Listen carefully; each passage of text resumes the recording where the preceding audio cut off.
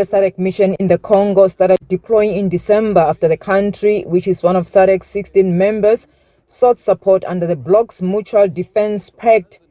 South Africa then ordered the deployment of 2,900 soldiers to assist in the fight against illegal armed groups in the eastern DRC until the end of this year. There have been reports that they are operating under poor conditions.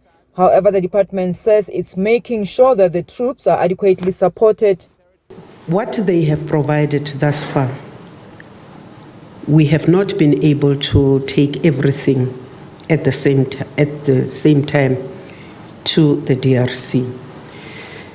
So you take at a particular point in time what you can with the what has been put for your use. As the numbers increase, so do the stuff that you need to take for them. So is the question whether they have shelter? Yes, they have shelter. Is the question whether they have medical support? They do have medical support. The thing that was in the newspapers was the number of toilets. I am sure that by now the number of toilets that have been taken to the DRC has increased. But even at that instance where we were told 600 people are sharing 2 toilets, that was not absolutely true.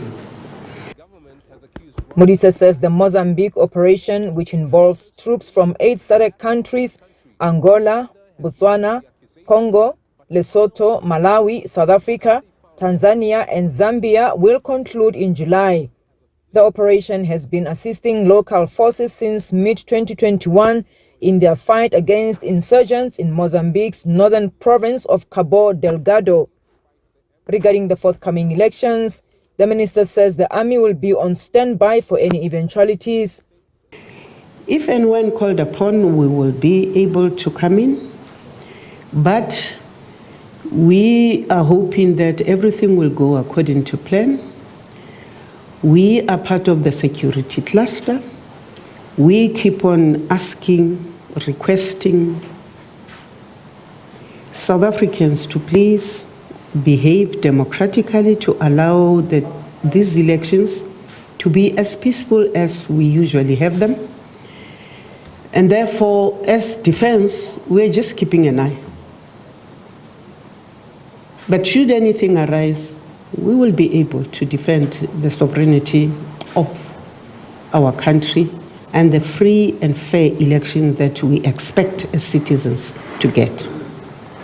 We as defense, we will not, even though the minister belongs to a political party, we will not take sides with any party existing or emerging.